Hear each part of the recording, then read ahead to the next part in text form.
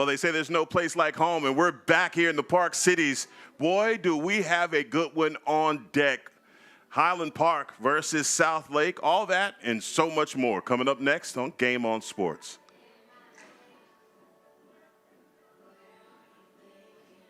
I came to fight, I came for war. I came to win, to settle the score. I came for the throne, to take it all. The bigger they are, the harder they fall. So bring the pain, and bring some more. I came to fight, I came for war.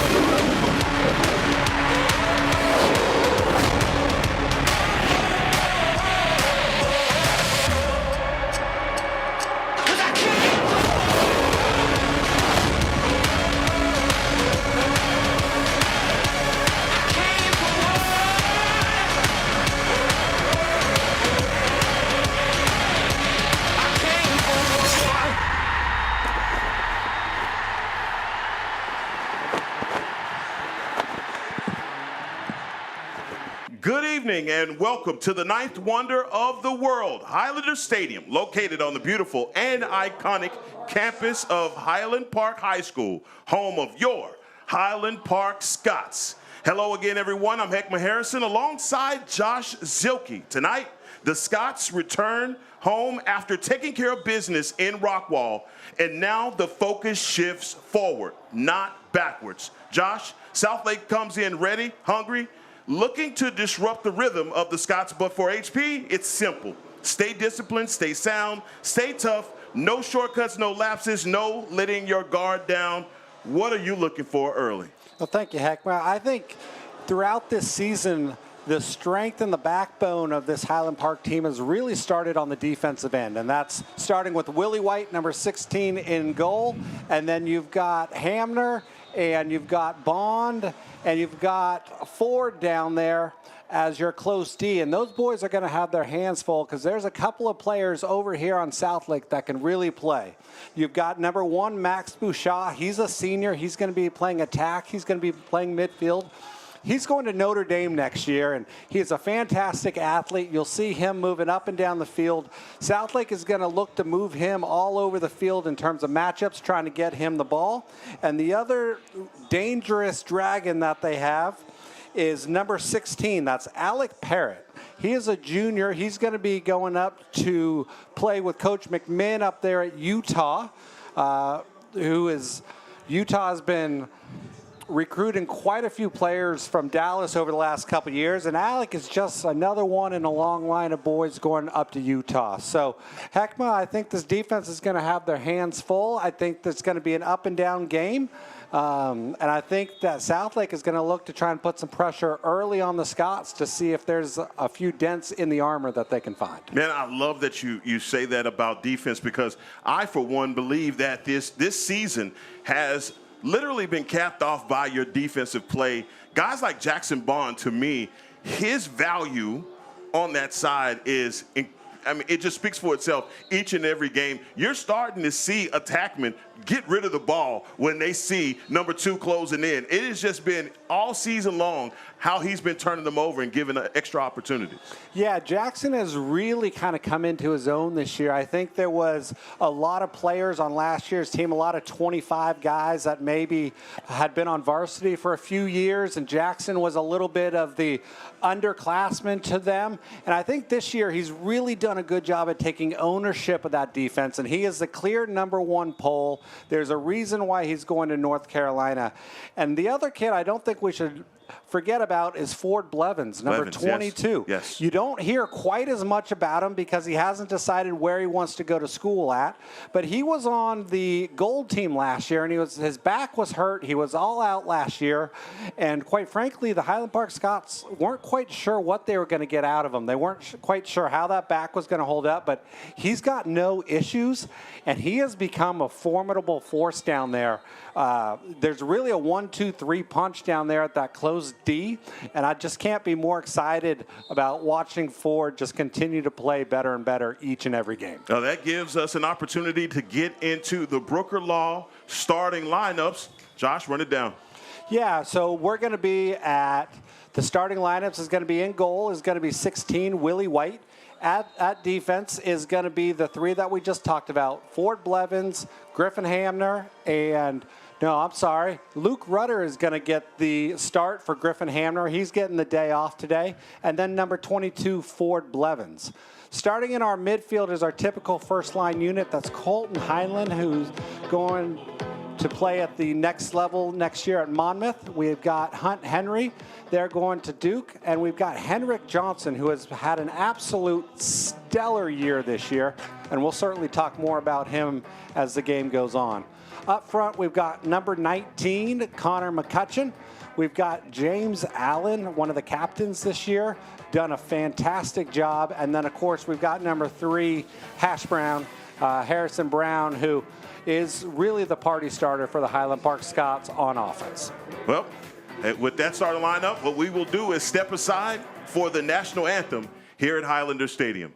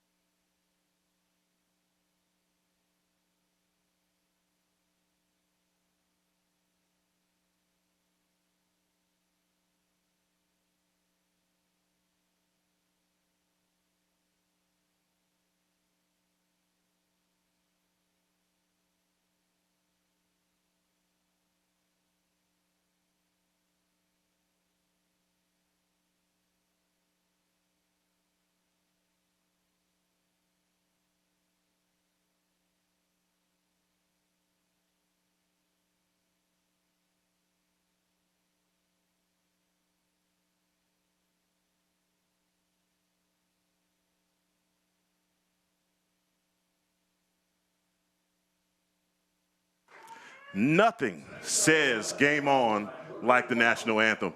And this is going to be a good one. And I tell you what, man, did you know your initials is Jay-Z? It is oh, Jay-Z. Man, in my mind, that just hit me. Oh, I'm going to have fun with this one tonight. Oh, boy. It's going to be so good. This is going to be so good. Josh, this team, so far you haven't had any letdowns. And I think, for everybody, they've not waiting for it, but you're saying to yourself, stay disciplined, stay sound, do all of the right things so that you don't have any of those. Man, for this team that's on the roll, do you have any of those reservations with this team so far this year? This team has shown themselves to be a very mature team. They come into games, they take care of business early. They seem to be focused. A lot of these boys were on the national, or not the national championship, but the state championship team last year. A lot of these boys experienced that Jesuit loss last year, and that still doesn't sit well with a lot of these players. So, I would expect the Highland Park Scots here to come out tonight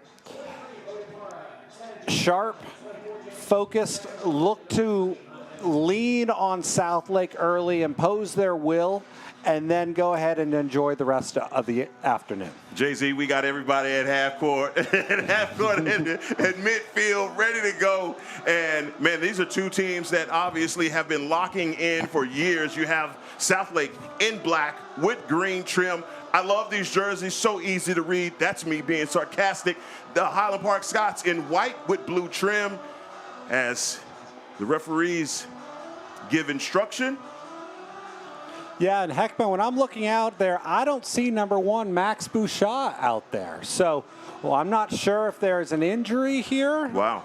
But he is not out on that field. So we'll see if we can get a little bit of information here on the status of Max and if he's going to play. But if he's unable to go, that is going to be a blow for the Southlake Dragons today. It will be. And the thing is I see a number 3 out there on the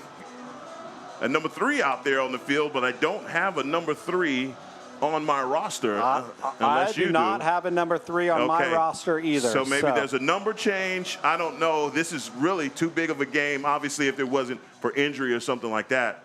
for Bouchard to miss a game like this. We're all set up for the face-off, and it is number 6, Owen Leshevsky. And the Dragons come away with the first victory at face-off. Defense trying to get settled in as this one gets underway here at Highlander.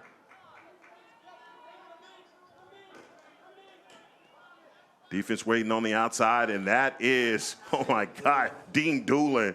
Just always the utility knife, and the one guy that obviously so many of the things that he does for this team may not make the stat sheet, but man, he is incredible on defense. He is just a phenomenal athlete there, and Dean was lined up on number 3. And so I'm wondering if Max Bouchard maybe forgot a jersey, maybe had a jersey change number, but Dean was lined up with number 3 and took everything that Dean had to stay with him. So that may be Max out there. They didn't find a new guy out there in Southlake, so we're going to assume that number 1, we thought number 1 is number 3, as the Scots now set up on offense as James Allen is controlling the rock on GLE. Making his way back inside, controlling it from behind X, looking for Hash Brown. Hash Brown with the magic stick early. Yeah, that's something that we've come accustomed to seeing here in the Highland Park Stadium. And that's Hash Brown operating there on that wing and putting it in. Looks like he may have turned an ankle or he came up a little gingerly. He's still kind of moving around a little bit, so let's hope that he's able to run it off. He looks like he's going to stay in, Heckma. Yeah, he's bouncing around a little bit, but there is a hitch in his giddy-up, and I promise you, I do not like seeing that. But Hash Brown with the early score here for the Scots, and Owen Leshevsky immediately with the takeaway, trying to get it into James Allen, and that is an errant pass now taken by the Dragons. Still looking down there at Harrison Brown again. He's still trying to walk it off a little bit. As now we shift our focus to defense. Mac Dixon all the way out on the perimeter. Yeah, I would suspect that Highland Park continues to pressure out 30 to 35 yards away from the goal until proven otherwise here, Heckma. More of a man look. Great job coming over here on the near side, and that's Luke Rudder. Rudder again on for Griffith Hamner. Defending from behind X is Finn Zilke, a kid that lives in your icebox. I know that kid well. And looking for an outlet pass, not finding anyone. HP's defense, you're looking at a 15-second shot clock now. They're going to have to do something. The guy you were just talking about, Blevins, pushing him off. They're going to have to elect to dump here. They're not going to get this shot off as they do.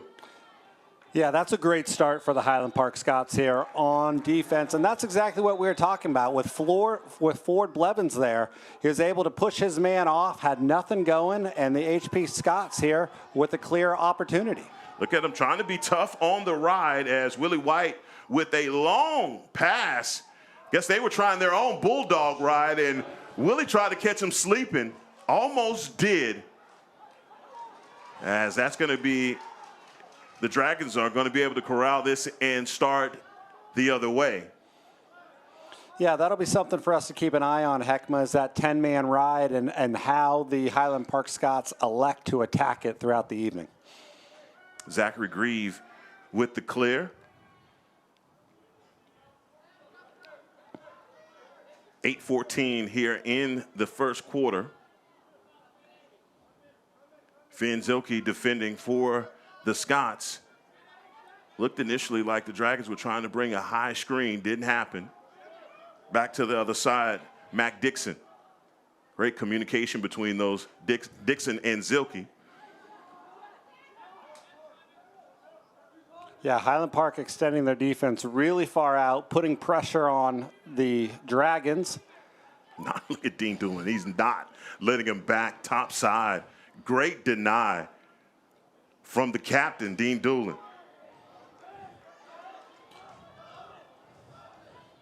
Southlake continues to try different matchups, looking for someone that they can find that'll be able to beat their matchup here. And they've yet to find somebody on offense that can run by their man. I would suspect that they'll continue to probe and push here against the Scotties until they can find somebody that can break their man down. Man, that's a great observation, Josh, because they have not found anybody as of yet. The defense has been really good here in the first quarter. Scots up by 1 as the Rock is being controlled by Bodie Para. Bodie Para was another name that was missing last week against Rockwall. Yeah, I think he got a scheduled day off there. Coach Presser's doing a really good job this year of resting guys' legs, making sure that they're at full strength for this home stretch over the last couple What weeks. A pass. What a pass from, wow, what a pass from Allen to Henrik Johnson.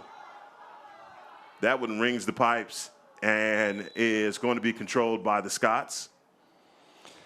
Yeah, the referees missed a call there. The attackman for Southlake went over the ball to try and chase it out and was offsides. They elected not to call it. Back in, hands-free. How about that for a check on McCutcheon? Yeah, I like to see Connor aggressive early in the game. He's a player that can score and Cade has talked a lot about his physical strength, and there you see it there as a playmaker. So I like to see him get involved early. Harrison Brown is over whatever was ailing him earlier with the ankle. Moving fast and free. Well, as I say that, he gets up with a little bit of limp. As Carter Sutton bringing the ball inbounds. Para, hands free, looked like he had an opportunity. Great defense here from the Dragons.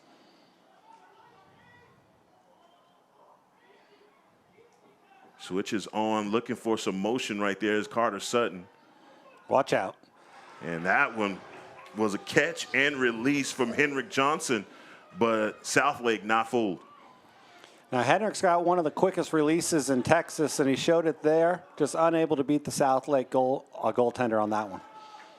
Again, better defense on this side as Pierce Powers is defending, but now it's for Blevins.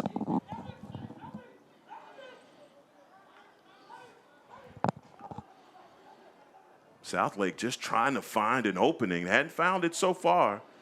And now you're in the danger zone. Yeah, I'm not sure Jackson Bond is the area that you want to attack, and that is exactly why. That's what I said.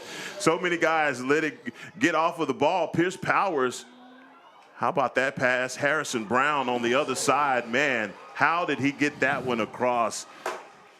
James Allen with great vision there. I thought he was going to go down low. Ends up sending a skip pass into a screaming Harrison Brown, who went low. Good stop there by the Southlake goaltender.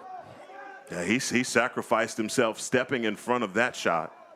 That was Jackson Taylor. He's had a couple of good saves.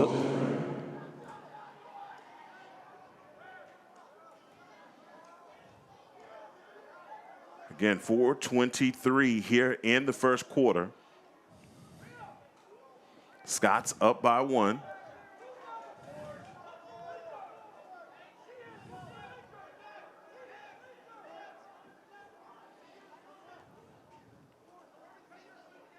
Little two-man game there for Southlake.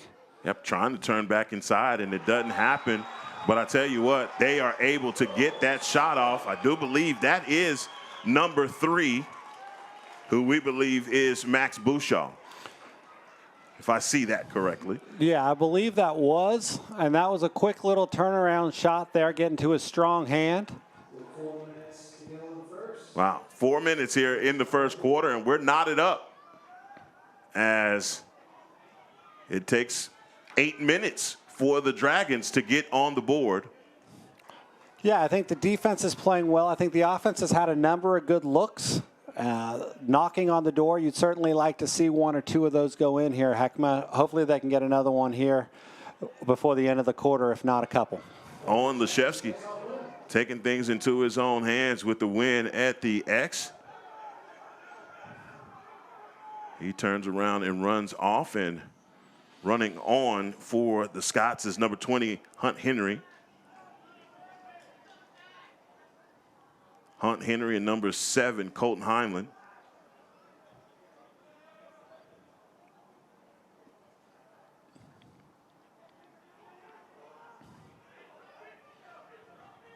Heinlein running around the screen, and a rear check there takes the ball off of the head of Heinlein, and that's a turnover.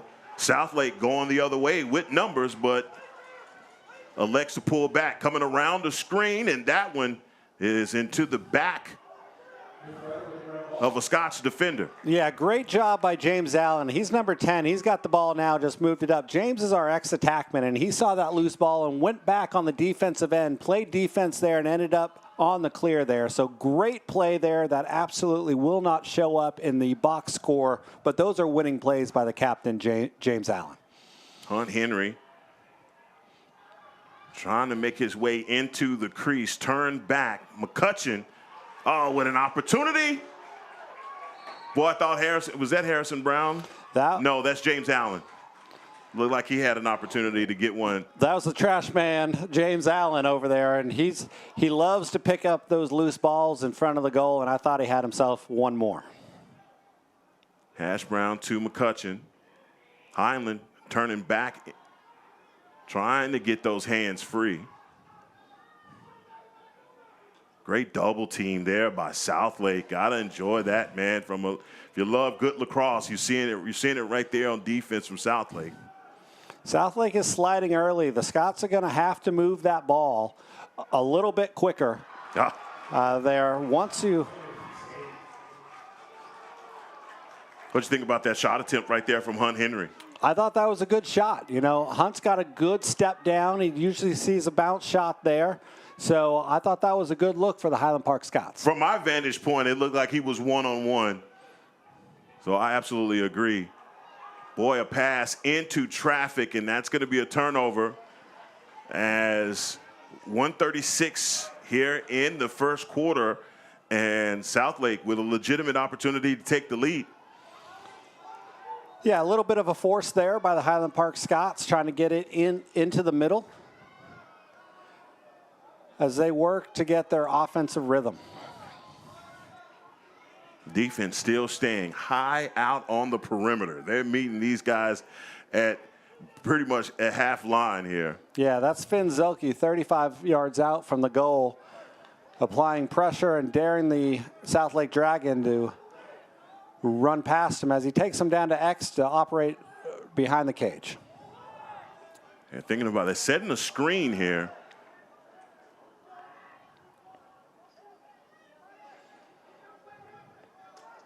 No need for the slide to come. There is a flag. I didn't see. What was the violation? I didn't see it. I didn't see a whole lot there. But it's clearly on the Scots. And this is going to be a man-up opportunity. First one of the game comes at 29 seconds. It looks like Luke Rudder is jogging off the field, so it looks like it's going to get called on him, would be my guess.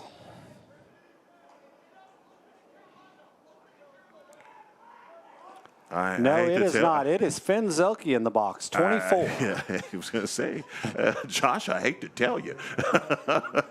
I think you know the kid well that's on his way over there. Yeah. So man down defense on for the Scots, the first of the game.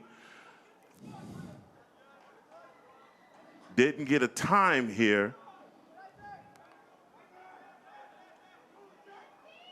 Great defense there by Mac Dixon. Disrupting that one, 12 seconds.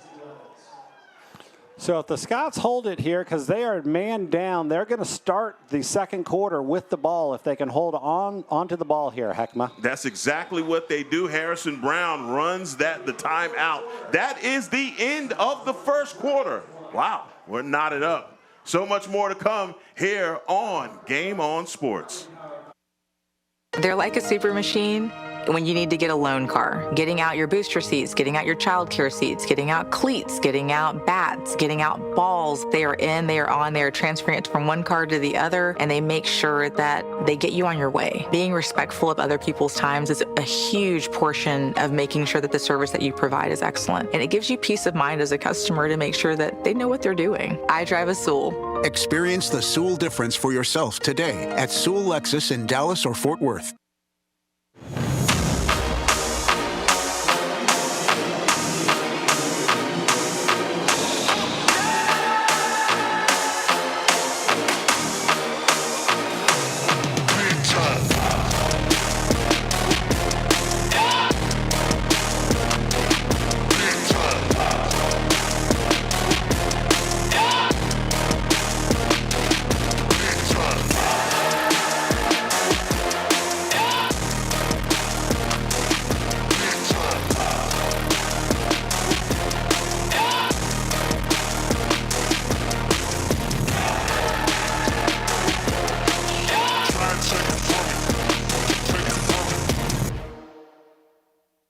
The best part about being a neighborhood bank is the neighborhood. It's the parks, the games, and the friendly faces we see on the streets and in our lobby. Because at Benchmark, it's not about numbers, it's about neighbors, our neighbors. Member FDIC, Equal Housing Lender.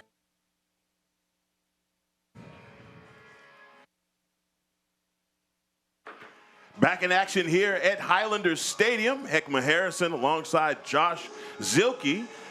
Cade is, I believe, snowing. He's skiing in Utah. I don't know if it was skiing or work, but it was something. Something in Utah. It was probably work. There's no way Cade's skiing. I did get a text from Cade a few minutes ago. He's on the airplane. He says from 30,000 feet, we don't sound half bad. So. I appreciate that. Thank you, Cade. As so far, this one is a little interesting after the first quarter of action, tied up at 1. Offensively, not as sharp as you would have liked. You know, a couple goals here or there. You'd like to see the Scots up by at least 2 or 3 by this point. Yeah, the Scots have gotten some good looks. They've had the ball in the offensive zone quite a number of times with good opportunities, just unable to capitalize. And here they find themselves in a 1-1 game in the second quarter. Southlake doing a good job of hanging around and playing a really good physical game on the defensive side. You talked about that penalty and burning the penalty. Let's get the clock started as they trying to wind things up. And looks like they're going to work this shot clock down. Yeah. We don't have the ability at Highlander to click into the shot clock, so it's got to just wind down from 80 to wherever that the referee would like it. So I think they're going to reset. Yeah, they finally do. We're set to start. Yeah, and it looks like the penalty is released here. Heckma, 30-second penalty, and that's Bodie Para out of the box playing 6-on-6 now for the Scots. Great burn of the penalty and good stick work to deflect that one away, and that's Braxton Becker for the Dragons, trying to deny Hash Brown. Hash Brown back inside, and this is where he makes the money. When he gets back across like that on his shot, but this time off the mark, but the Scots keep the possession. Yeah, good backup there by the Scots, just a little wide on Harrison's shot there. That's James Allen with another point blank. James Allen, low-to-low shot, man, and it's surprising he didn't get that one to go. So far, man, I got to give some credit to this goalkeeper. Yeah, Jackson Taylor here, number 22, yes. A junior, having an excellent night. Yes, he is. Really keeping Southlake in this game, Heckma. He really is. I mean, so far, he has had some of those opportunities and shots that we've seen go in, and he's been able to get some stops. But how about that? Graham Sheehan with a score here for the Dragons as it is 11-12 here in the first quarter. And guess what? The Dragons go up by a score. Yeah, Coach Presley isn't going to be happy with that one. We're putting on the ride, and the boys got a little out of shape there, allowed that long pass over the top and really put the defense in a 3-on-2 situation. Not a lot there that Willie could do on that one-on-one coming down that left alley.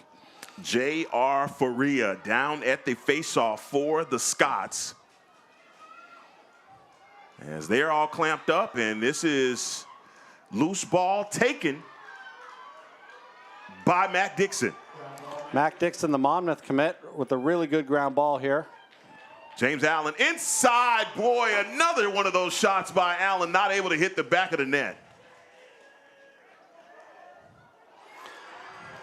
Another one there. Boy, close. Jackson Taylor with another save. Yeah, Jackson Taylor been the MVP of the game so far for the Southlake Dragons, having an excellent night. Scotty's continue to shoot low on him, and you know he's blocked a number of those in close low. I'd like to see them maybe fake low and go high, see if you can catch him dropping down to his knees and get one in. Sheehan with the pass, the aforementioned Graham Sheehan with the score for the Dragons. Defending on the far side is number 8, Corbin Gray.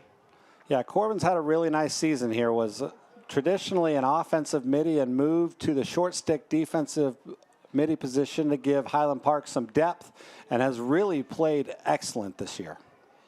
Blevins defending on the far side is, again, the Dragons trying to facilitate that offense from behind X, and Corbin Gray is Velcroed onto his guy. And, oh, boy, another one. How many times have we seen this guy do that? Is this an LPG ready to happen? Pass, James Allen, tic-tac-toe inside. Another one rings the pipe. Unbelievable. That looked like money from Connor McCutcheon. Yeah, there appears to be and there's Connor giving a good ride, but there appears to be a bit of a lid on the goal tonight for the Highland Park Scots. It's important for the Scots not to get too stressed on this and not to start to press. You know, they just have to be patient, trust their defense. And that was a long pass there, just trying to beat the shot clock. And it looked like that may have surprised Ford Blevins there. And Southlake able to pick it up and get one in to go up 3-1. 9:07, another score as you're talking.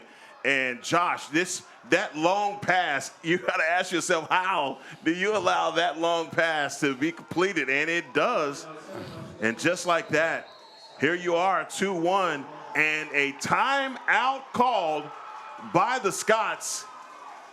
Boy, we'll regroup, and we'll be right back. Here for more on Game On Sports. Sewell really does listen to you. You're not just a dollar sign to them, and they really listen to your needs. And if you tell them, hey, I'm just looking right now, I might come back in a month or two, I'm not ready to buy yet, they don't care if they're going to sell me a $50,000 car or $90,000 car.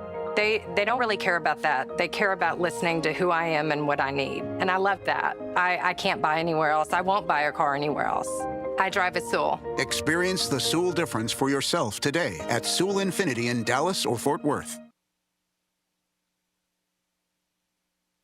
Timeout called by Coach Pressler, and you know he is giving his guys an earful right now. Offensively, they haven't been able to get anything going. And look, Josh, you said it earlier that there's a lid on the goal. That lid has got a name. His name is Jackson Taylor.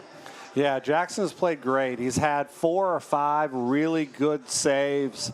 But I think there's been, the last couple of minutes, maybe a little letdown on the defensive side. That's 2 breakaway goals that they've gotten.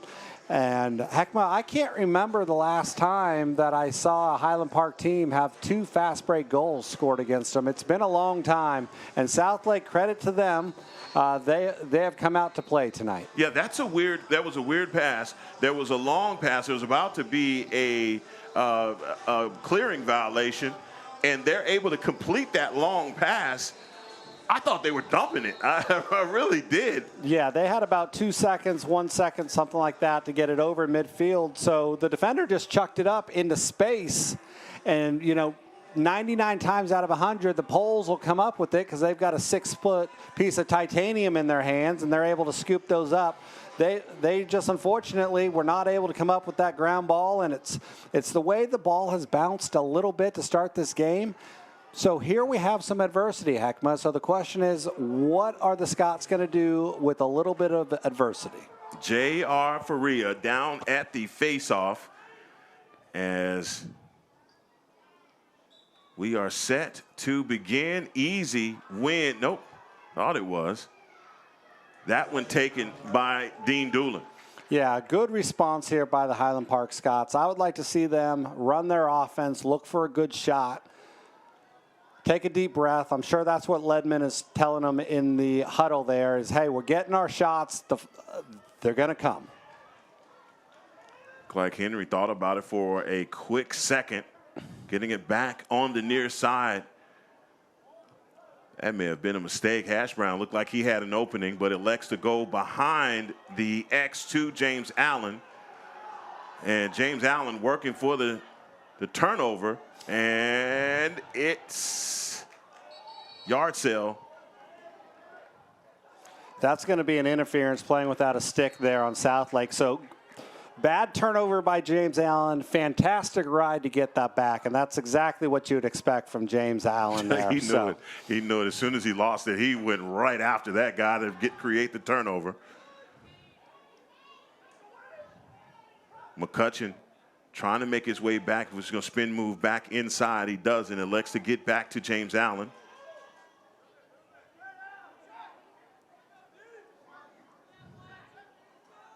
.50 seconds on the shot clock. Screen by McCutcheon inside. That is what you're looking for, and that's the kind of play that you were just talking about, Josh. You see it right there for Hunt Henry for the score.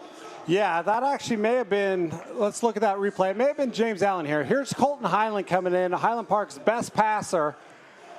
And it looks like that is James Allen. That is James Allen. And the thing I liked about James there is he gave a subtle little hitch and he looked down, and that goalkeeper started to drop a little bit, and he just tucked it right over his shoulder. So, again, I think the Scots were a really good job there being patient on that offensive possession. Hunt had an early shot, 6, 7, 8 seconds into the clock, but we can get that shot anytime we want. So you work it around. You end up getting the ball into Colton's hands, our best passer, and he finds James Allen right on the doorstep. J.R. Faria working for the loose ball. Pierce Powers. Procedure penalty called against? Southlake. So Southlake came out of the box there prior to possession. The attackman there stepped over the 30-yard line. Not allowed to do that before possession is called by the referee. So good win for the Highland Park Scots. Bodipar on for the Scots. Carter Sutton won't in on the action. And what does he do? He writes the check and takes it to the teller. And just like that, Heckma, don't blink, but we got a tie ball game at 3 apiece, and all of a sudden the Highland Park Scots have got a little mojo on offense. You start to see that ball go into the net, and those things can be contagious. Much like a basketball team, when shooters shoot and they start going in the basket, the same thing happens on the lacrosse field. I'll tell you what, maybe starting to figure the lid out a little bit here. So 2 quick scores, 7-19. Since Pressler's timeout at about 9:20, the Scots have rattled off 2 quick scores. And a lot of this has been started with the work that this young man is putting in at the faceoff, and that is J.R. Faria. 1-2 in a row. And an opportunity to win another one, and that's Dean Doolin coming up on the wing. So 3 big wins in a row for the Highland Park Scots by J.R. Faria. He's going to UMass next year. Great face-off man, and is showing it tonight. Heck, but not all face-offs are created equal, but these were a couple 3 face-offs that the Highland Park Scots needed. We needed to play some make it, take it. I'll tell you what, dominating time of possession here at the end of the first half. And then back across to number 7, Highland. Highland trying to go around the James Allen screen. Man, a bull pushing the back there on Allen. Allen always looking to facilitate.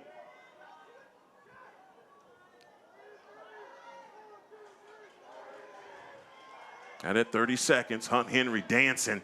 Bouncer over the top of the cage. Yeah, Highlands Park's spacing got a little bunched up on that offensive set there, Heckma. There wasn't a lot of space, wasn't a lot of place to go. And Hunt ended up getting his hands free and put a bounce shot over the top. It looks like we've got a timeout.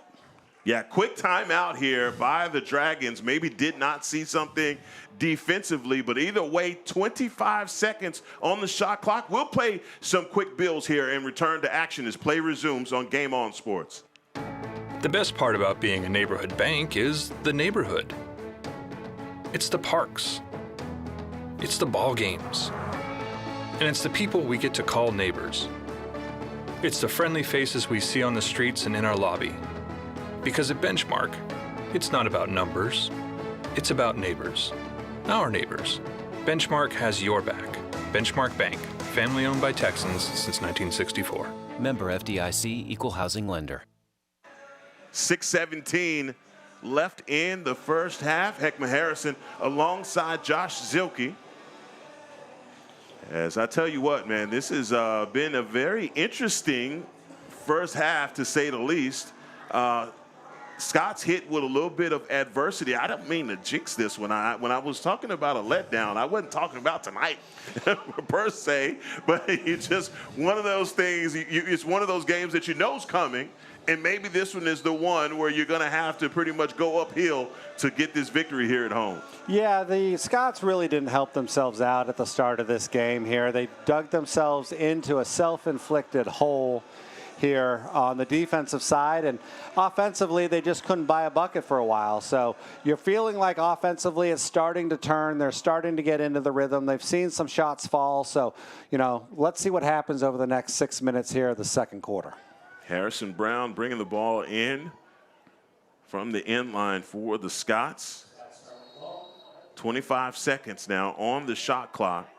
McCutcheon setting the screen for Brown. Back to McCutcheon. One-on-one.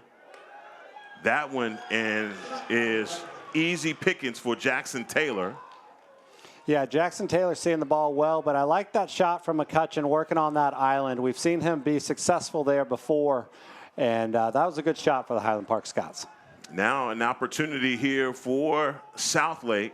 5:48 left in the first half. Having to tighten up on defense. Like you said, digging a hole for themselves here early. And it's been on the side of the ball that you thought, hey, man, these guys have been playing so well defensively. The last thing you think is they're going to give up 2 fast break points tonight, and they did. Yeah, this is their first defensive stand since that timeout, so it'll be fun to watch and see how they respond to that Coach Pressler timeout. That's Colton Highland there on the far side, along with Dean Doolin, your other short stick defensive midi. Luke Rudder, who's been playing fantastic in action. Boy, running into a headache and creating the turnover there is number 7, Colton Heinlein, as you just talked about him, as now the Dragons trying to stay with the possession. 3 seconds, 2 seconds, and they elect to dump because they are going to have a shot clock violation. Good stand there by the Highland Park Scots. A long pass there from Willie White. Colton Heinlein really kind of bailed out the Scots there. That was an ill-advised pass there that the Scots got away with one. Yeah, climbing the ladder is Colton Heinlein, able to bring that one down. And you have possession here and wiping a little sweat from your brow. Yeah, Carter Sutton, number 12, back in. He had that left-handed goal. You don't see many goals from Carter lefty, but the last one out, he had a lefty goal. Bodie Parra from about 15 yards out, trying to figure out what Jackson Taylor's angle is. And another time out here by Southlake. 46 seconds on the shot clock. Is we'll stay right here. This is, again, in this first half, we talk about the momentum. It felt like it was pretty much one-sided, Josh, for Southlake. And then after that timeout by Pressler at about the 9-minute mark, something he said, obviously, in that huddle, it clicked immediately as you get to 2 quick points. But still, you still kind of have that feeling that things aren't really running as smoothly as you're used to seeing them work, especially on offense. Yeah, on offense, I think the Highland Park Scots are clearly a little bit frustrated there with Jackson Taylor tonight. He's been playing well, and I think it's interesting that the Southlake took another timeout. They just took a timeout on that last possession. Scots end up getting a good shot with Connor there on the 5-and-5 island on this near side. And then here early with 46 seconds still left in the shot clock, they went ahead and called another timeout. So they're out of timeouts for the half. That was their last one. And this also gives the opportunity for Garrett Ledman to set up a play here that he wants to run and get the personnel he wants in there. So just an interesting timeout here by the Southlake Dragons. Both teams making their way back onto the field as the Scots, with the next 4 minutes, looking to put some more goals, some more balls on goal here. As number 22, Jackson Taylor for Southlake, is a guy that has pretty much held his own.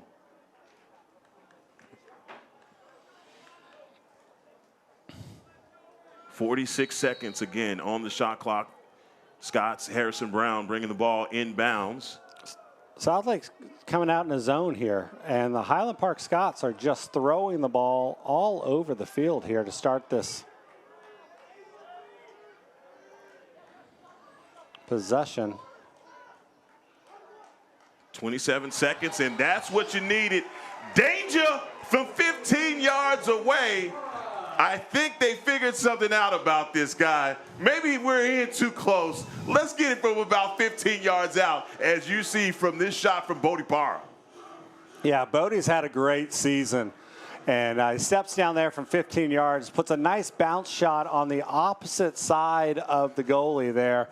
And Jackson had to sweep all the way to the left side there and then try and catch up high onto that bounce shot. And he just wasn't going to catch up from that high heat from Bodie. So Southlake called a timeout. They came out in a zone, and Highland Park doesn't miss a beat and makes them pay. And as you were talking about early, the theory is make it, take it. And so far, J.R. Faria has been playing hungry hippo with his stick down there as he looks to take another one and another possession for the Scots. JR with the good clamp there, makes the turn and gets over successfully to midfield. So good win there by JR. He's, if I'm not misspoken, 4 in a row maybe? Like I said, make it, take it has been the theme as we have players running off and more coming on. You know, one of the things that the coaching staff has done for Highland Park this year is early in the season they were going 1-1 with their face-off guys, Leshevsky, JR, and now they're letting each one of them get 3, 4, 5 reps, and it seems to be paying dividends. They seem to be getting into rhythm and kind of figuring the other guys out, and it's working well, and right now JR's hot, so, you know, if it's working, stick with it. Yep. Let's say if it ain't broke, don't fix it, and you've seen them have that luck. That one inside McCutcheon trying to catch Taylor sleeping. Oh, catch and release, my favorite fishing buddies, Henrik Johnson with the quick one. Yeah, you're going to see on this replay here, no one gets it out of their stick quicker on a cut than Henrik. It's in and out in just a millisecond there. And really, the only chance the goalie has there is if he throws it into his body or his stick, because you're just not going to react to something that quick, that close, and that good from Henrik Johnson. Man, and Josh, a great point that you brought up earlier. Southlake burned right through their timeouts. This is a point right now where you would love to have a timeout in your pocket to try and bring your guys in and calm them down. Yeah, so they've used both their timeouts now, and if JR can continue his face-off prowess, which he won that clamp, but unable to get the ground ball. And Southlake's going to get a much-needed offensive possession. Absolutely. Down by 2 here with 2:35 left on the game clock.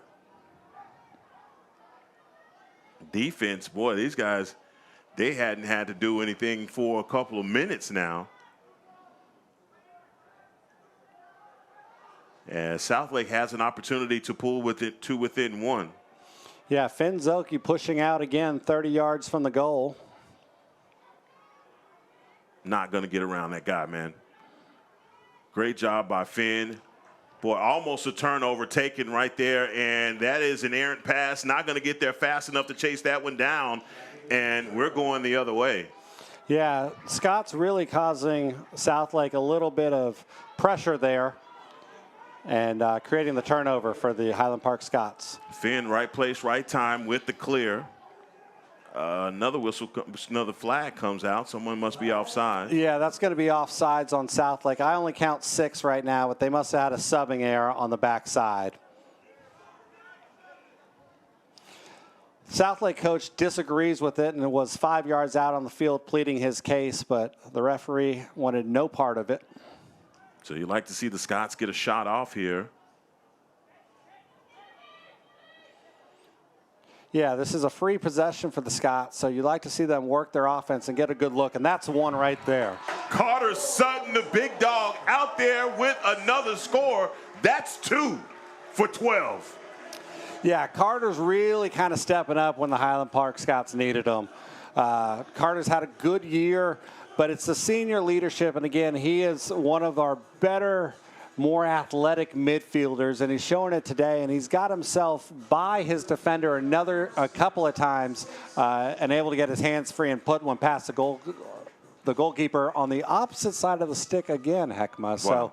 So have they found something to go opposite side of the stick? We'll have to keep an eye and see if they keep peppering that left side of the goalie.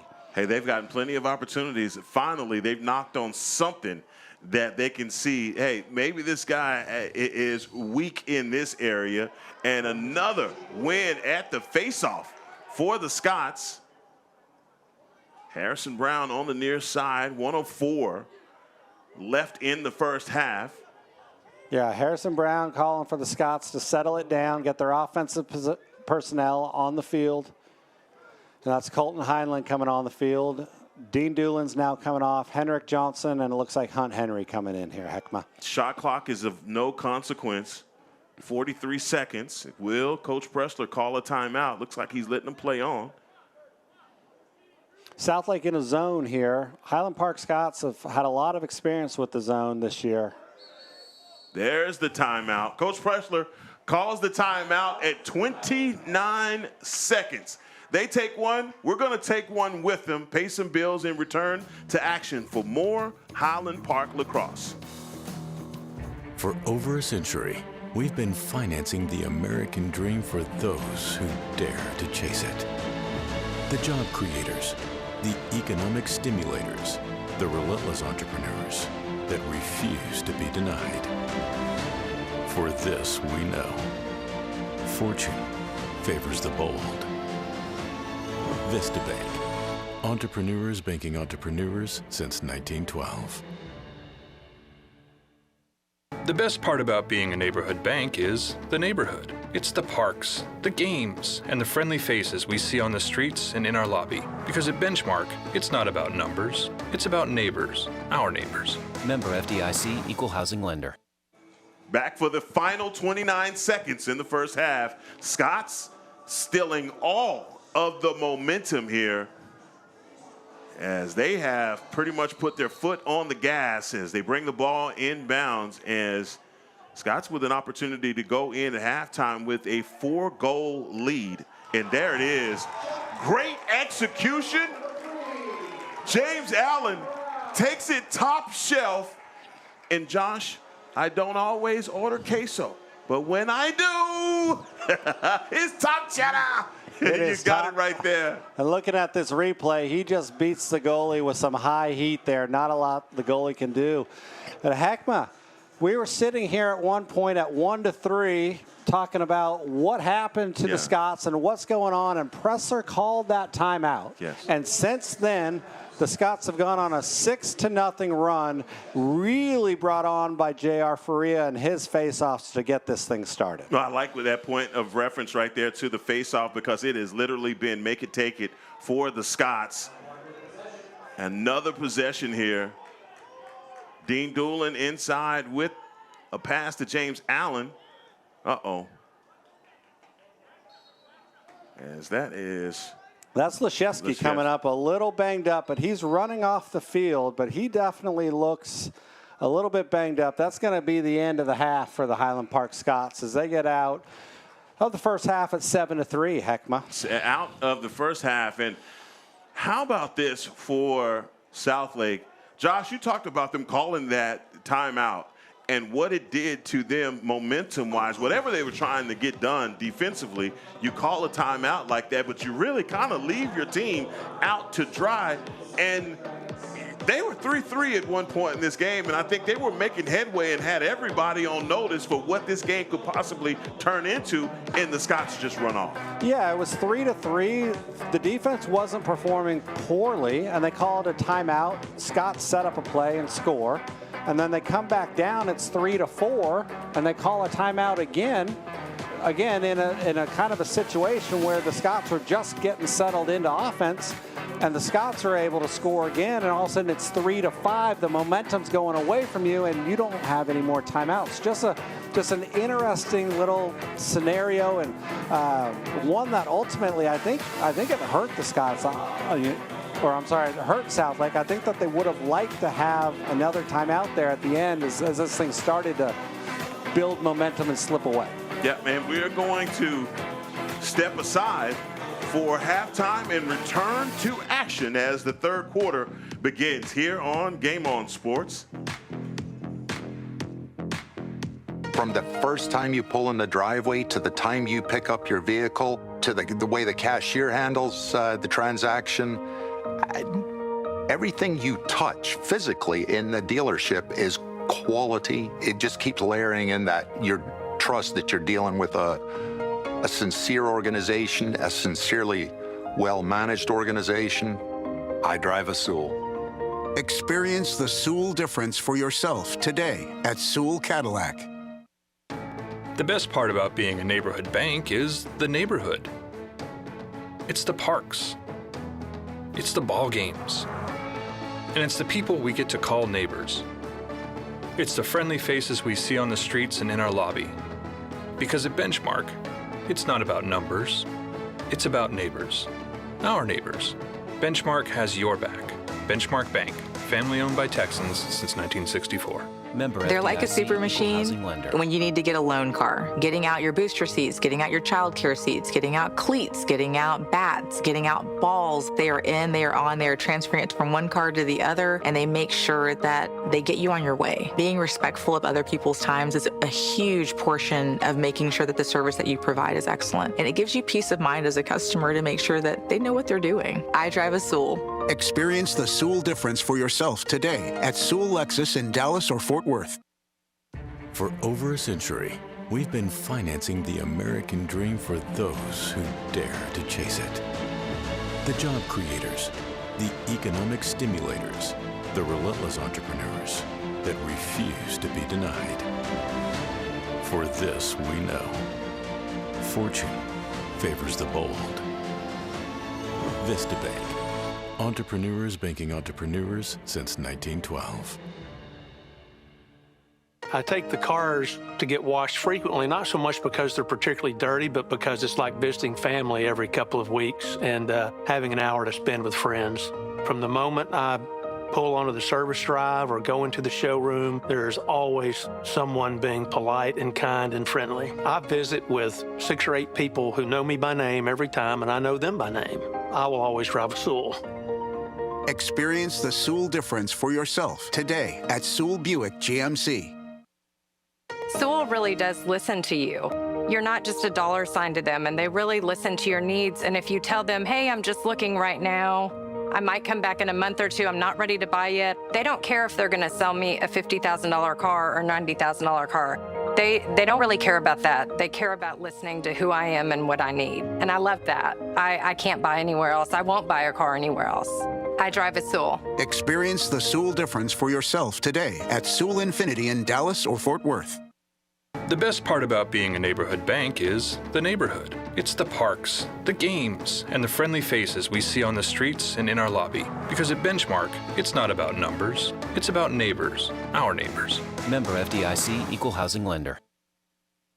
They're like a super machine when you need to get a loan car, getting out your booster seats, getting out your child care seats, getting out cleats, getting out bats, getting out balls. They are in, they are on, they are transferring it from one car to the other, and they make sure that they get you on your way. Being respectful of other people's times is a huge portion of making sure that the service that you provide is excellent. And it gives you peace of mind as a customer to make sure that they know what they're doing. I drive a Soul. Experience the Soul difference for yourself today at Soul Lexus in Dallas or Fort Worth. For over a century, we've been financing the American dream for those who dare to chase it. The job creators, the economic stimulators, the relentless entrepreneurs that refuse to be denied. For this we know, fortune favors the bold.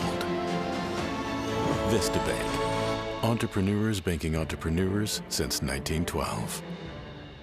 From the first time you pull in the driveway to the time you pick up your vehicle to the way the cashier handles the transaction, everything you touch physically in the dealership is quality. It just keeps layering in that your trust that you're dealing with a sincere organization, a sincerely well-managed organization. I drive a Soul. Experience the Soul difference for yourself today at Soul Cadillac. Soul really does listen to you.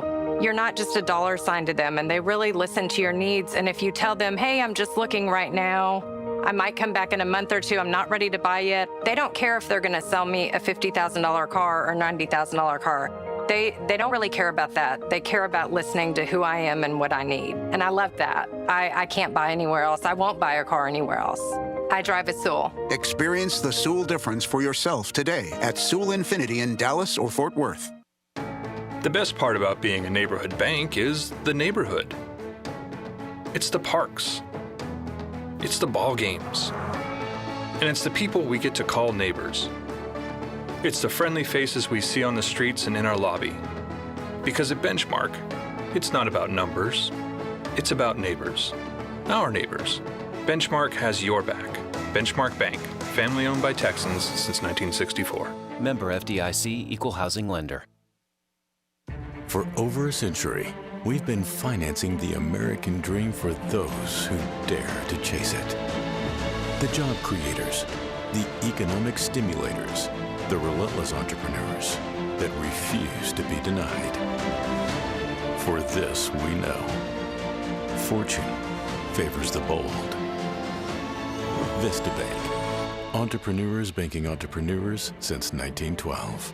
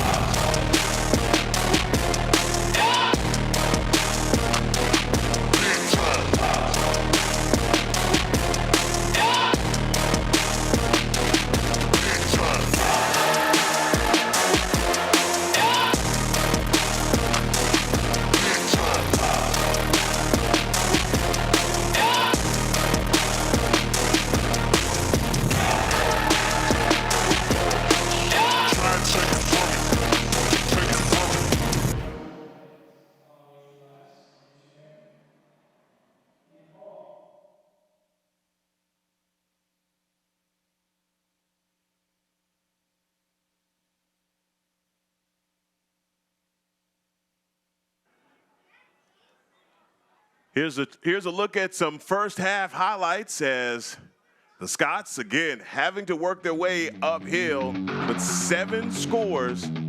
As you see that one right there, I think that one was the one, Josh, that really got things started. James Allen with the score. By Carter Sutton. And that's when really you started to feel the momentum starting to shift. That one right there from Bodie Parra from about 15 yards out. That's when you started to feel like they had figured Jackson Taylor out. And this is my favorite goal of the first half there. That's Henrik Johnson with that quick stick, just in and out there, off-ball cut. He's got great timing. As I wish, man, we could go back to that 9-minute mark and see the timeout that Coach Pressler called. Because I'm telling you, when those guys got over to the sideline, he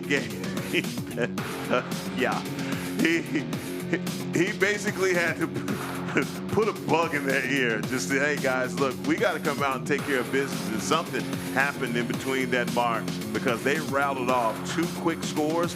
And then after that, they poured on 2 more. Yeah, and I'll tell you, this is my second boy through the program. And, Heckma, if you thought that timeout was bad, I promise you, I don't think that halftime was a lot of fun for these Highland Park Scots. I think this coaching staff got on them. I think they got after them. And I would expect the Scots to come out here with their ears pinned back and their hair on fire. Hey, these guys are happy to be back in open air and out of the locker room.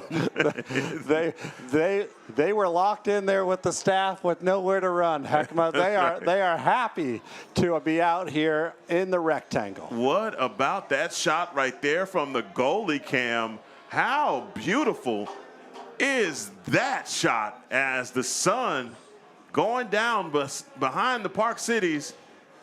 That is absolutely awesome. Just a fantastic view from the Fred goalie cam there. How about it? And beautiful shot of downtown. That's what we're looking at there, Fred. That might as well be, or Heckma, that might as well be from our vantage point here. So beautiful night here at Highlander Stadium. No place like home. You know what? Cade had called me a prima donna. Cade, I can't help it. When you give me a scenic like that, what do you want me to do? What do you want from me as we get started here on for the third quarter? Believe that is a procedure penalty or a penalty called on the Scots as Southlake will take the first one. Yeah, that was the chef going a little bit early. Not ideal way to start the second half, but Scotty's here on defense. Graham Sheehan, who had one of the 3 scores for the Dragons in the first half. Again, the Dragons pretty much lost all of the momentum, killed all of their timeouts, no ability to kind of slow down that freight train that was coming at them. Let's see what adjustments they made at the half. That one, Willie White down on a knee and able to get that one. Yeah, good outlet pass there to Dean, who legs it over midfield, and the Scots are in business. Dean in action. Looked like he was going to split the defenders. Jackson Bond, number 2, down there hanging around with the long pole. Jackson likes to get into the offensive zone, and he's a danger down there. Yes, he is. Yes, he is. And another opportunity to get things started here in the third quarter. Allen looking to facilitate the offense and setting up Hunt Henry. Southlake looks like they're going to elect to lock off or try to lock off Harrison Brown here. Spin move bouncer. They found something. They found something. Kryptonite bouncer. Yeah, that's the second shot from outside now that's bounced and gone in. You'll see Hunt here rolling and getting space. And as he hits that bounce shot, that goalie's dropping down to his knees to get that kick. There it is, and it just pops right up and over his shoulder. Tough stop for the goalie. Great shot there for Hunt, number 20, his first goal of the night. Tell you what, you had to let down a little bit there on defense. You clamped down. I mean, and this is we say that about the defense, but this has been a game where the defense has had 2 shot clock violations because Southlake hadn't been able to get a shot off. So, you know, take the good with the bad, right? The defense has played well at times. I think it was just some of the mental lapse that you're just not used to the Highland Park Scots doing. That kind of caught us by surprise here. It looks like they are a little more dialed in and ready to go. I would agree with that. Zachary Grieve now for the Dragons. Controlling the rock behind X now is Sheehan. That's the second face-off loss in a row here for the Scots.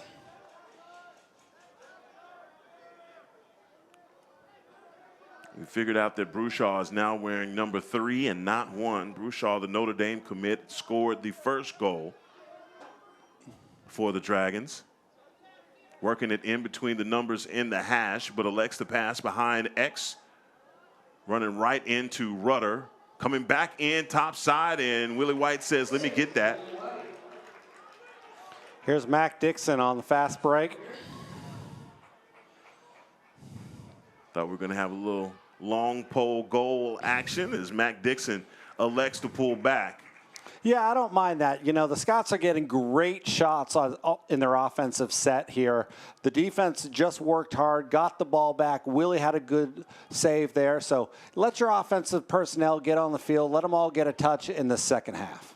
Carter Sutton with the hesitation. Boy, just, oh, man. He had him all to himself, but lost the ball on his stick, but still able to bring it back in. Offense still in business. Bodie Parra inside, trying to get one past him, and that one whizzed past Jackson Taylor's ear as the Scots now on a roll. Yeah, this is where the Scots are starting to feel good. Bodie Parra with his second goal makes a really good dodge, a little hesitation, dodge down the alley, and then puts it over the opposite shoulder of the goalie there. His left shoulder, stick is on his right shoulder. He puts it on his left shoulder. And second goal there for Bodie Parra. Bodie with 2. Everybody getting in on the action. The chef back down at the face-off. So we had the chef first, and then we had JR, and now we're back to the chef. Great to see the chef back out after banging his knee there in that first half. And wins the clamp and able to come away with the ball there and move it safely into Hash Brown's hands. Still with a little bit of hitch in that giddy up for the chef, but able to come away with the victory. Again, the Scots playing make it, take it, owning time of possession now. Yeah, you don't get to go to Army and be an Army commit if you're going to sit out after a banged knee. Yeah, it don't happen like my chef. The chef is a tough kid, and he's going to be out there until somebody tells him he can't be. Still working this offense. Back to Hunt Henry. Pass to James Allen. Henry with trying to set the screen. James Allen almost able to thread the needle. Henrik Johnson with a really nice ground ball there for the save to possession for the Scots. Still 30 seconds on the clock. As you hear everybody yell out 30. See where the offense is, working back inside, and Colton Heinle's shot didn't hit the mark. Boy, tried a quick release again, did Henrik Johnson. There's James Allen getting back again for the second time this game. There we are caught on number-wise, and he's going to be able to get off now. So good job there again by James Allen. For Blevins defending. Blevins having himself a game. Yeah, the only offensive player still left out there is Hunt Henry here with the ball, but Hunt's more than capable of playing defense for these Scots. Now getting the ball back behind X. Southlake down by 6. May need to speed things up a little bit. Screen coming behind Rudder.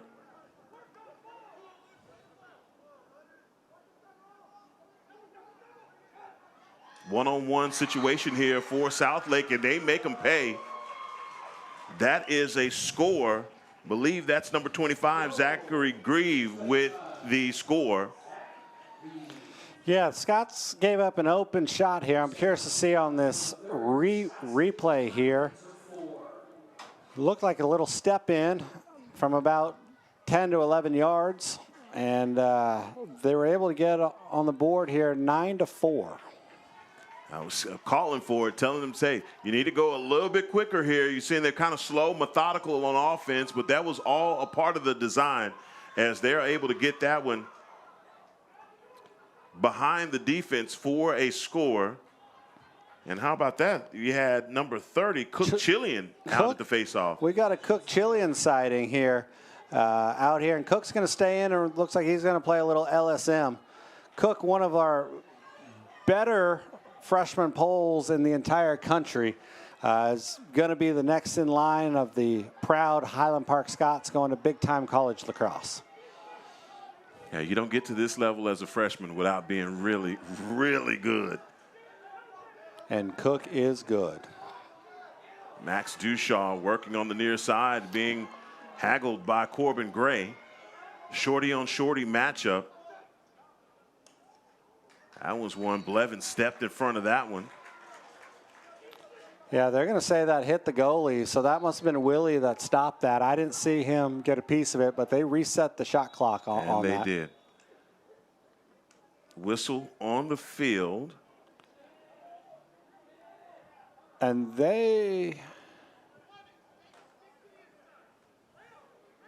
we've got a timeout on the field. The referees are discussing something. I think they're trying to figure out if it's on the shot clock. I don't think they should have reset that shot clock, Heckma. I don't think that hit the goalie. Well, you called it right away on White, because the question is, what was it then? What would it have been? It looked like he was signaling maybe 55 seconds, 45 seconds right there. Yeah, that didn't hit the goalie there. That went wide. It should be somewhere 42, 45 seconds, somewhere in that ballpark. Well, they're going to start things off right at about 55. Yeah. So. Working back inside, Corbin Gray again. Rudder. Good help by Rudder there. Mm-hmm.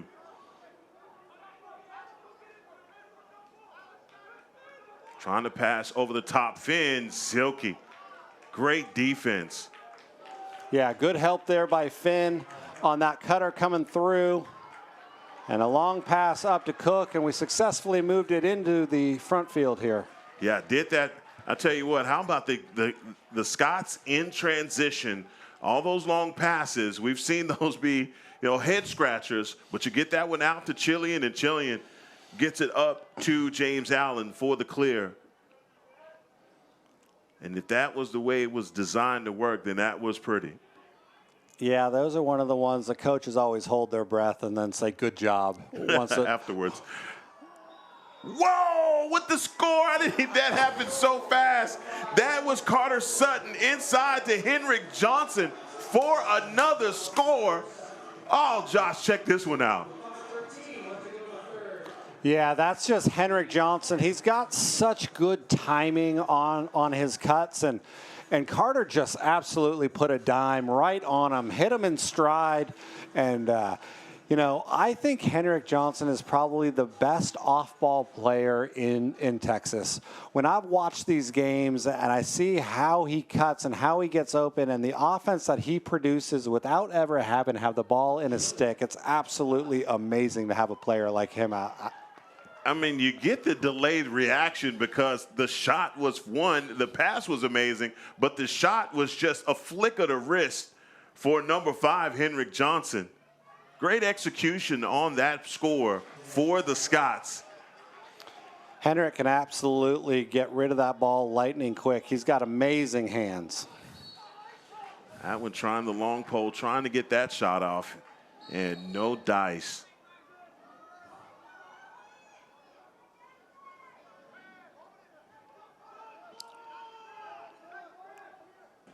Southlake still working to get their personnel on, and here they finally have 6-on-6.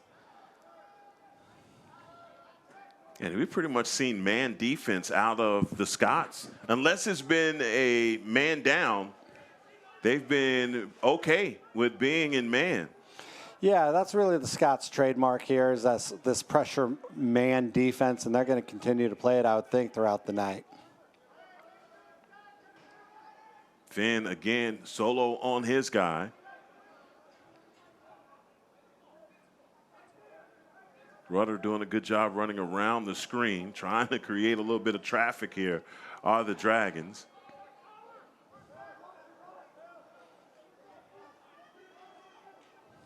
Right at 20 seconds on the shot clock. Finn working inside, taking that one away. Last second, that ball.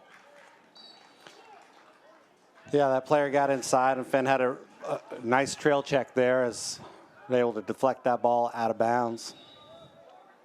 White trying to hustle to the end line, but it's going to stay on this end with the Dragons. They got about 10 seconds. They need to get this one off ASAP. And this is just surgery.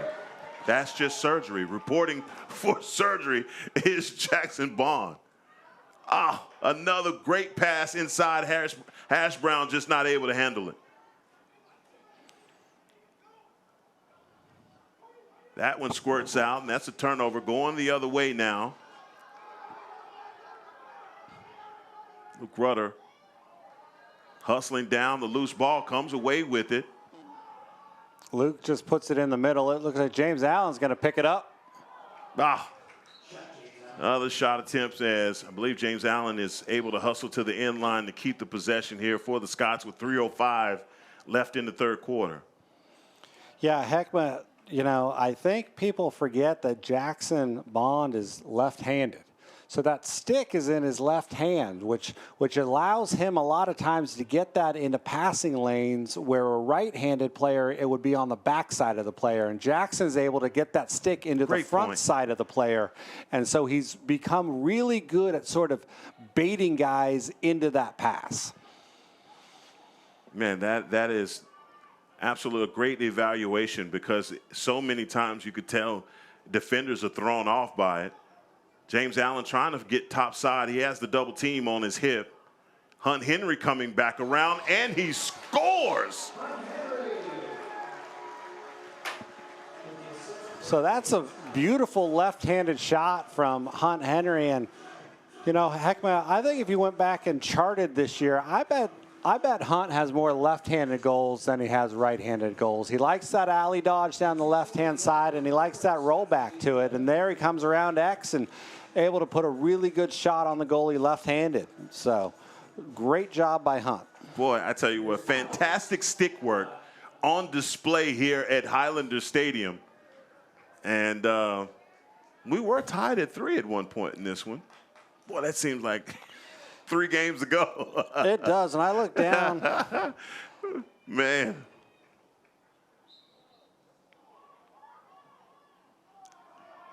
See Cook. No, that's Pierce Powers down at the face-off. Yeah, it looks like they've run Cook Chillian out a couple times, and now they've run Pierce out. So both face-off guys are getting a little breather on the sidelines, and that may be just to keep some of that workload off of them, Heckma, and also to give some of these poles a little bit of work because, you know, at some point we're going to need a pole in a situation here, and so it's good to get them some face-off experience. Graham Sheehan, again, working from behind X, coming up from the goal line extended.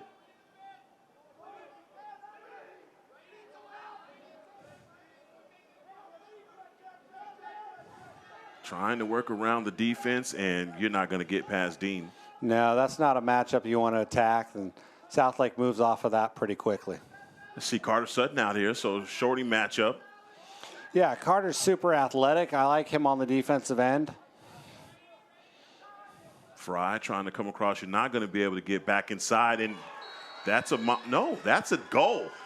I thought that was a mom goal, and he's able to get that one. That was really a magnificent shot by the Dragons. I think that was Mac Tyler, number 5, and if I'm not mistaken, he may be a big box guy, and that was kind of a box fake there. You know, he went up off 1 foot like a jump shot, thought he was going to shoot it. The defense kind of paused, and then he stepped back and got his hands free and able to get a good shot in. So overall, a good shot there by Southlake. Scots up by 6 as Cook Chillian, the freshman. Allen, there's another Scots possession as James Allen comes away with the loose ball. Yeah, Scott's back on offense, Heckman. When I look at my score sheet, I see a lot of pairs. You've got Carter Sutton with 2. You've got James Allen with 2. You've got Henrik with 2, Bodie Parr with 2, and Hunt Henry with 2. Who is going to get the hat trick? Whew. How about that save by Jackson Taylor? Henrik Johnson was looking for the hat trick on that one. I think that was Henrik. That may have been Hash Brown shooting that. Hash Brown dealing with some ankle discomfort early in this one. He did score. Believe he had the magic stick today. Scored the first goal. Scored the first goal and has been a little quiet since, but the Scots have picked him up. Now trying to creep behind X or the Dragons. Inside, trying to low-to-low shot. Doesn't work. That is the end of the third quarter. Scots up by 6 and on a roll here at home. They take a break for the end of the third quarter. We'll return to action for the beginning of the fourth here on Game On Sports.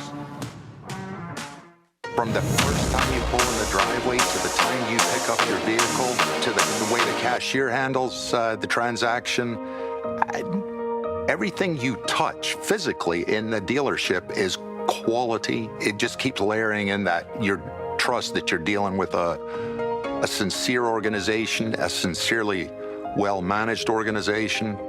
I drive a Sewell. Experience the Sewell difference for yourself today at Sewell Cadillac.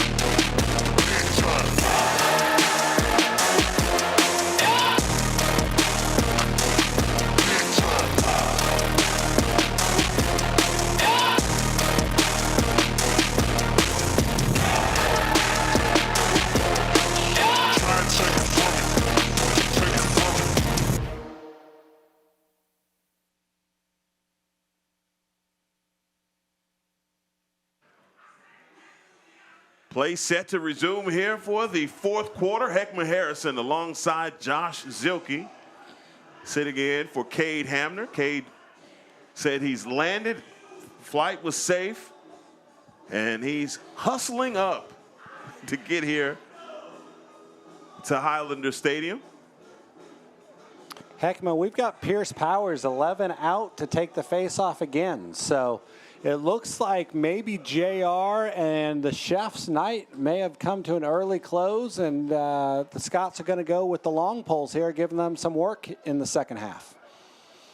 I'm looking over there on the sideline, and that's a different wrinkle. And Pierce Powers coming away with a victory at the face-off.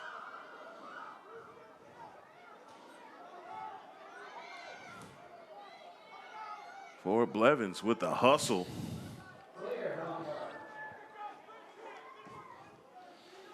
Now set up on offense. Well, you drain a little bit of time there as you get set to get things going at about 49 seconds on the shot clock. Bodie Parra already with 3. That was what a beautiful pass from Parra into Allen. Bodie is playing with a lot of confidence, and he's playing well. It is an absolute blessing for the Scots to see him playing as well as he is coming down the stretch. Woo. Woo. That thing has some mustard on it. I was just going to say, Heckma, that had some gas over there from Carter Sutton. Yikes. He was looking for the hat trick. There was no question about it, and he went with the high heat. I'm telling you what, man, Jackson Taylor, man, is lucky to get his net, hit the head of that stick up in front of that one. And an early timeout called here. I think that was Southlake with another timeout on the defensive end. And that goalie there, he was lucky that ball didn't go through his stick, Heckma. I mean, I was expecting to see some nylon spray and that ball going right through. That ball was absolutely moving.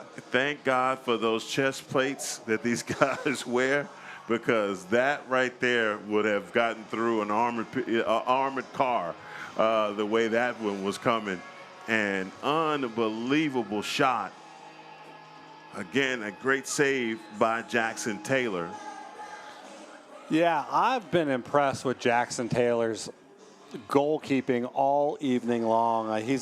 We've talked about maybe finding some spots here or there, but, the fact is he's been tested high, he's been tested low, he's been tested in close, from out far, from bounce shots. And, this game could be 5-15, 5-16 without Jackson Taylor having the game that he's had. So hats off to him. He's played well. Where do you think it was that they discovered something against him? Because once they did, man, they just kept going back to the well on Jackson Taylor, but it took him about a quarter and a half to do it. Yeah, he had about 5 or 6 saves down at his feet and down low, and pretty much everything since then has either been a bounce shot or gone up high. So they've kind of gone away from, he was seeing the ball well low, and they seem to be attacking him up high here in the last couple of quarters. Harrison Brown bringing the ball in for the Scots. Great pass to James Allen. James Allen just not able to handle it. Spin move by Hunt Henry. Again, another one missing the mark. Yeah, Hunt tried to flip it down there to James Allen. Just came out a little hot. It was a good look. James was open on the doorstep. Southlake now with an opportunity on offense. Not a lot of pressure on the ride. As I say that, here comes Harrison Brown. Yeah, we haven't seen much of the Bulldog ride tonight, Heckma. No, we haven't. I mean, you saw Southlake attempt one, though. Yeah, and Willie, I think, shot it from about 70 yards. He did. Willie wanted one. He did. 47 seconds on the shot clock here for Southlake. That's Dean Doolin pushing out. Again, Highland Park's short sticks continue to push out 30 yards from the goal, just daring Southlake to run by them.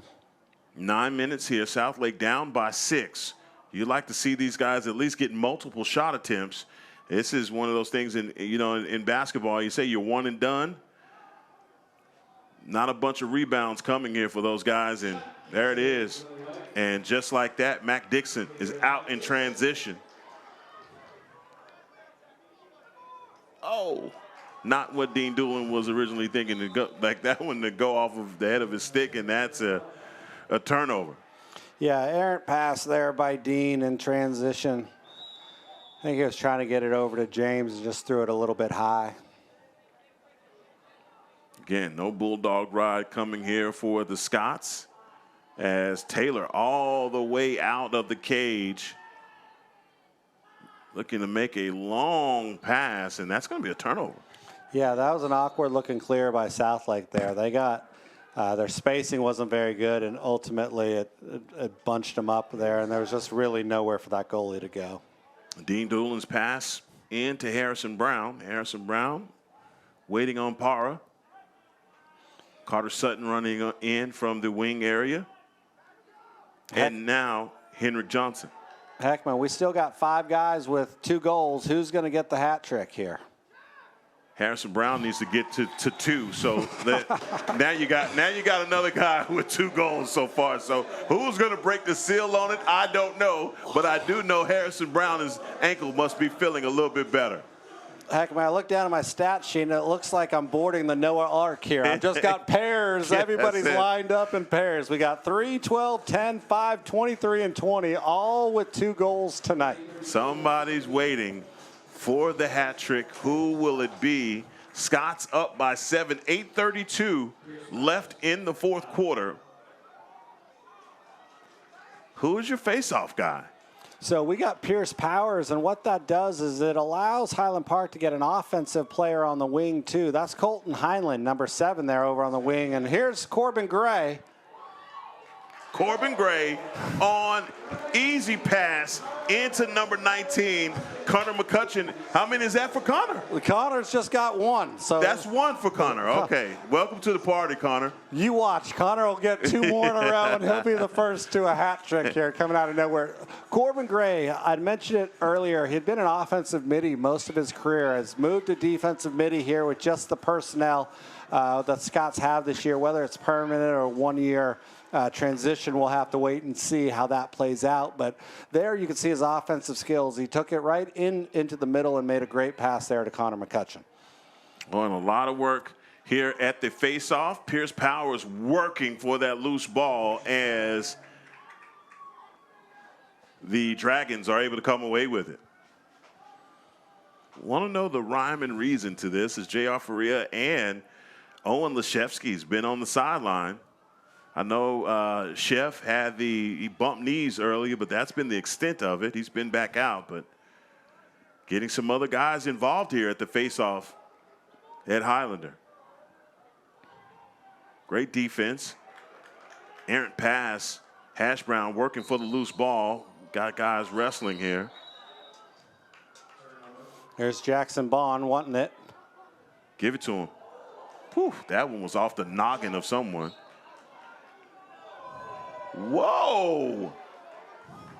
Whoa. Okay. Yeah, the referee there was on the far side there. He was kind of behind the play, and so I don't think he could see exactly where that ball was. Because up here from the booth, it definitely looks like Jackson was a yard and a half closer there. He missed. That was a missed call. As another opportunity here for the Dragons, 7-12. And again, I'm thinking, Josh, you're going to have to get multiple shots up. And Willie White is not fooled by that one.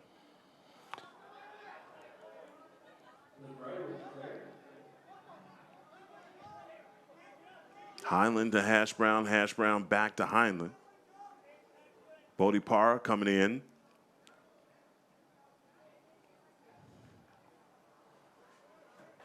And Southlake overtime, boy, they just started to compress that defense in. They were out high on the perimeter to start the game. I think they've learned their lesson. Hash Brown around the screen. What was that, moving screen? Yeah, they got Bodie there. Was just moved his hip a little bit, I think. Moving screen on Parra, turnover. And another opportunity on offense for the Dragons. They had to try and get out of the corners here.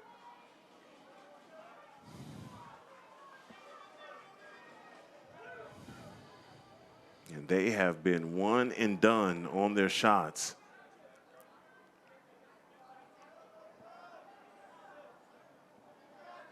That's Finn Zelke pushing up again, 40 yards from the goal. Scots continue to press out on these But I tell Dragons. You, when I look back over this season and see guys that have emerged, Finn Zelke is going to be one of those players for me that I started to see after that Austin trip, his confidence just grow. Oh, who's going to do it? Who's going to do it? Connor McCutcheon. That is his second. It's his second. Wait a minute. So here's the deal. I saw Hash Brown. I'm like, okay, there's your hat trick. And then Hash Brown makes the pass to Connor McCutcheon. And like you said, Connor McCutcheon with a quick 2 goals. I told you, Heckma, about 2 minutes ago. I said, watch, Connor's going to come out of nowhere and get 3 in a row, and he's got 2. Who's it going to be? Who is it going to be? Somebody's got to get a hat trick tonight. As we are back down at the face-off, and I do believe that is the freshman, Cook Chillian, down at the face-off for the Scots, still working for the loose ball taken by the Dragons. I'm not sure where that ball hit off of or if Willie stopped it, but regardless, the Scots picked up and they've successfully cleared it into the offensive zone here, Heckma. Yeah, they did. And again, that was one of those quick shot attempts by the Dragons. I've been saying that the whole time. I mean, look, you're running out of time. You better get this ball off. And I can understand from their perspective. I'm like, look, when we miss it, they take it and they go down the other way and they score. So they may be trying to play a little prevent on their own. Yeah, I think with 4.5 minutes to go, well, I thought they'd take their time there, and James Allen says, no, I'm only 1 away from the hat trick. No. There's no time to pull back. No, there's a bet going on. These guys want to know who got the 3, with everyone being locked in at 2. And here comes Hash Brown, top side. Hunt Henry thought about the bouncer, and that one ricochets up. Off the post, quarter of an inch. Unbelievable. Good patience there by Hunt, though. He kind of faked that shot, let the defender blow by him, and then step down. And able to have a good look at it. At 4:24, another timeout here. The last timeout taken by Southlake. They take a timeout. We'll do it with them and return to action here on Game On Sports. The best part about being a neighborhood bank is the neighborhood. It's the parks. It's the ball games. And it's the people we get to call neighbors. It's the friendly faces we see on the streets and in our lobby. Because at Benchmark, it's not about numbers. It's about neighbors. Our neighbors. Benchmark has your back. Benchmark Bank, family owned by Texans since 1964. Member FDIC, Equal Housing Lender. This is a game where the Scots were down 1-3. And Josh, that feels like a lifetime ago. You know, it really does. It's kind of the tale of two tales. You had the first quarter, the Scots looked just a little sluggish, a little out of sorts. They couldn't get a bucket. Things just weren't going their way. Everything was hard, and it was uphill both ways. And then you saw that momentum start to change a little bit. And now, Heckma, it's 15-5 or 14-5. When we go back at the end of the season, the championship season, and we narrate the every game, and we go back through this thing, we're going to talk about that timeout called by Coach Pressler. Because whatever was said during that timeout, the message was conveyed. And those guys, for those 2 minutes, came out and they scored quickly, and just the tide changed from there. But right now, we got a big problem, a log jam in the stat book. You got 7 guys with multiple goals. Who's going to have the hat trick today? No one knows, but I got my suspicions. Well, we got 17. Grady Gearing is out playing left attack for Hash Brown right now. And number 9, Miller Merritt there is going to have to play some defense. He was out in the midfield. And that one just taken away from Carter Sutton. Great defense by the Dragons. Again, another timeout call by them. They are out completely.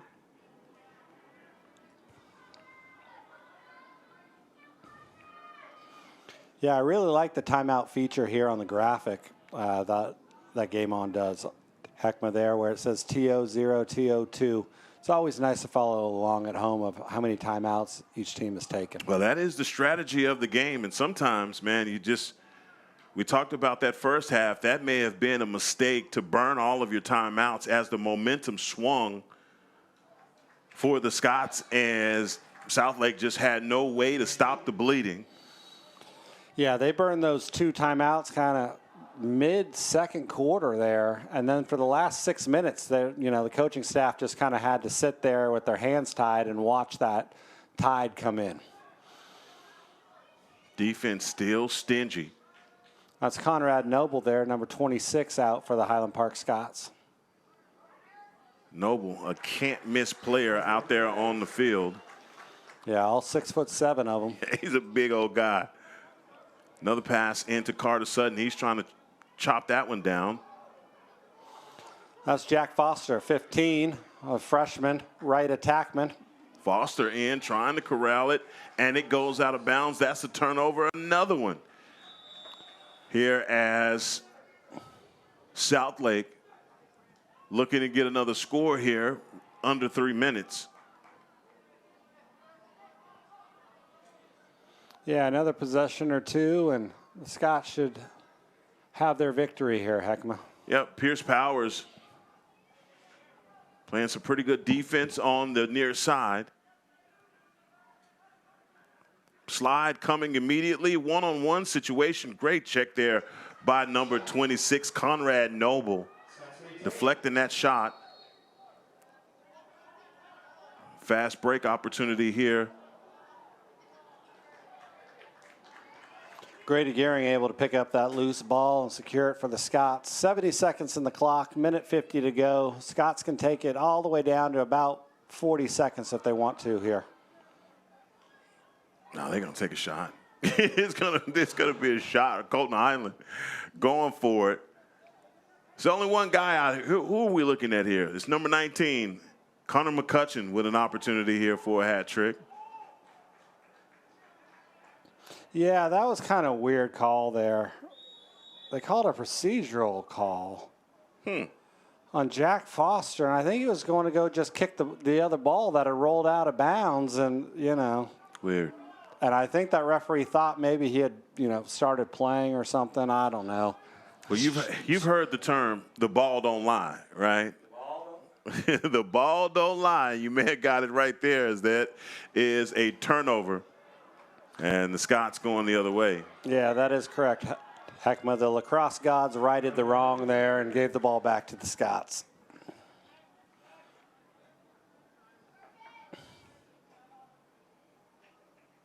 Bodipara on for the Scots as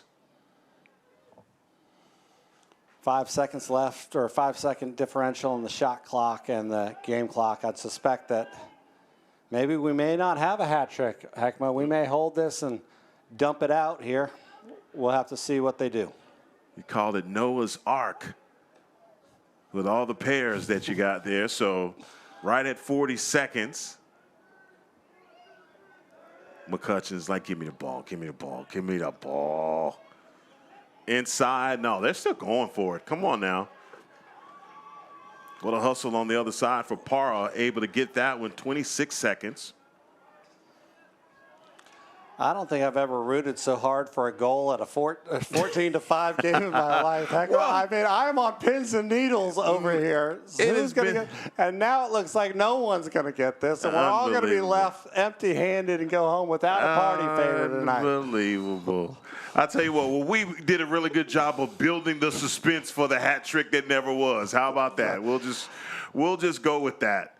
But man, absolutely fabulous the way that this offense just exploded as the Scots come away with a big victory here at home, winning by 9 goals in a game that was close, but no letdown.